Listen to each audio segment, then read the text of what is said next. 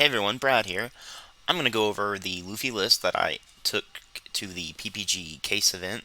I ended up getting 18th place out of 137 players, which isn't the worst, but isn't my best performance either. I wish I could have done a little better. I'm going to go over the deck list that I played, then I'll go over my matchups, and then I will go over the new deck list that I currently have. So let's go over to the list now.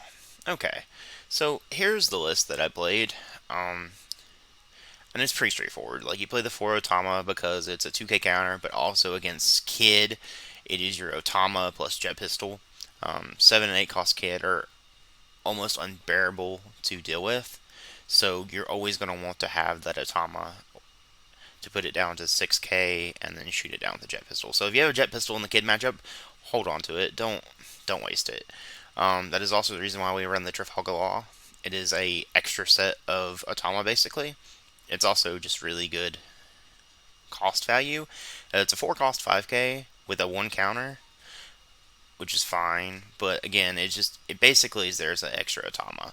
Um, we run so we'll have 8 Otama effects so that you can Jet Pistol down kids. It it's simple as that. Sanji is a 2 cost 3K 2K counter. It's there because it's early costed and it can become really aggressive while also giving you card advantage. Next, we have Nami. Nami is basically the best search engine in your deck. You play her down and you get to grab any one of your Straw Hat cards. Sometimes you can whiff because I ran like Barto and Law, but that doesn't happen often at all. Um, Next up, we have Nico Robin, who is absolutely insane in this deck. I wish I'd had Beppo during the event because Beppo is just an extra Nico Robin. Robin is really good in the mirror match, and she is really good in the Trafalgar Law matchup. Basically, they don't deal with her; she can run over games. Next up, I ran 2 Barto, which was there as a additional blocker, 1K counter. Honestly, Barto was a little letdown, I guess would say. It didn't do as much as I wanted it to do. It was really good in the Kaido matchup, but even then, it still felt kind of meh. Then we have our Zoros, which, of course, is one of the best cards in the deck. It's just a aggressively costed. It's 3 cost, 5K, and has rush. So as soon as you play it down, you can start swinging with it. And then, of course, we have our Shanks, which is your big boss monster at the end. He's incredibly powerful. 9 drop 10K with rush that can't be blocked by anything with 2,000 or less power. He's just insane. If you drop him down and they can't answer him the next turn, he is almost certainly going to run over with the game.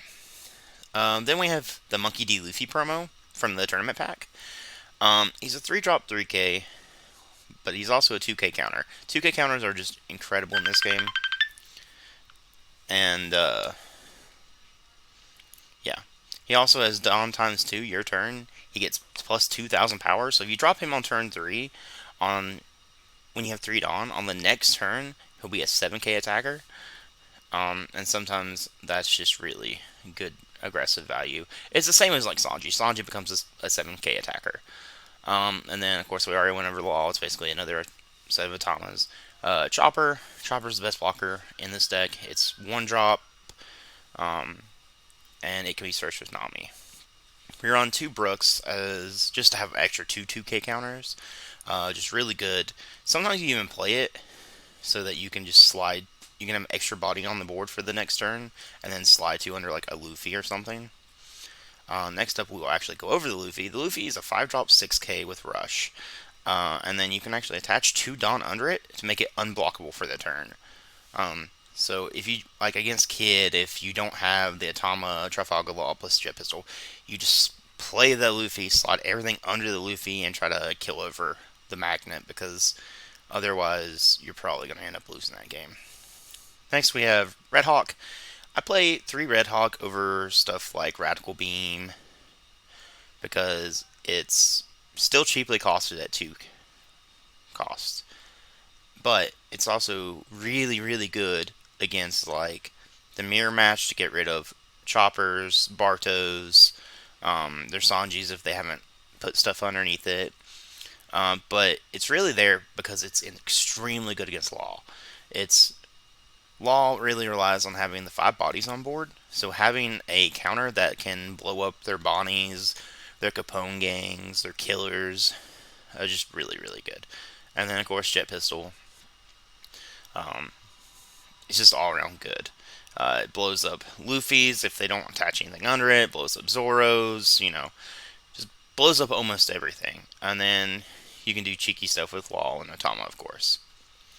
Um, and then for the PPG event, round 1, I played against Zoro.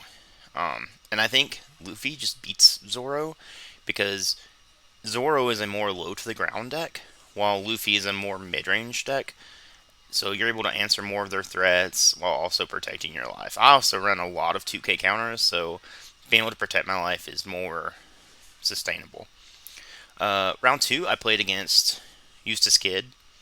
I never saw a Jet Pistol, and basically just got railroaded by the cost kid. It happens.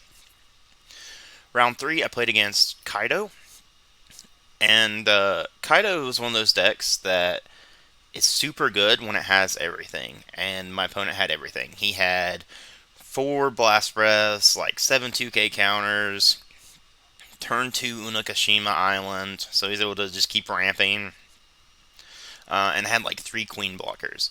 So there wasn't anything I could do, but it happens.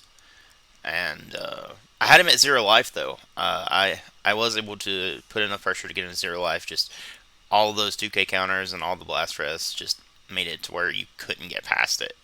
Round 4, I had a no-show opponent. Then round 5, I played against Zoro. Again, I just think Luffy beats Zoro every time. Round 6, I played against Law. The MVP of that matchup was Robin and Red Hawk because you're able to just blow up all their stuff. Robin, you can swing over a Bonnie and then blow up a blocker. It's just really good.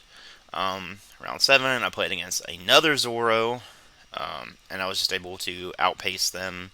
It was a really close game, but Shanks ended up being the reason why I won that game. Round 8, I played against Kid again.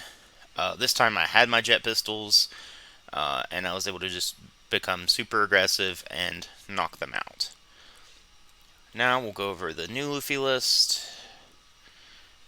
Here, I've taken out one Sanji and added an Uta. I think Uta is fine here. I'm not the biggest fan because it doesn't have a counter, but I think the not having a counter is like being able to grab your Zoro back outweighs the lack of a 1K counter on that.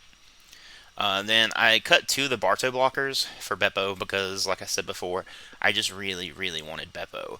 Beppo is an extra, or 2 extra Nico Robins, and it's a 2K counter, so I think the 2K counter outweighs having the 2 less power.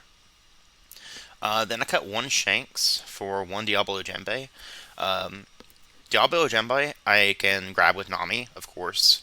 So I wanted to cut 2 cards that I couldn't grab. I wanted to cut 1 card I couldn't grab to add 1 card I could.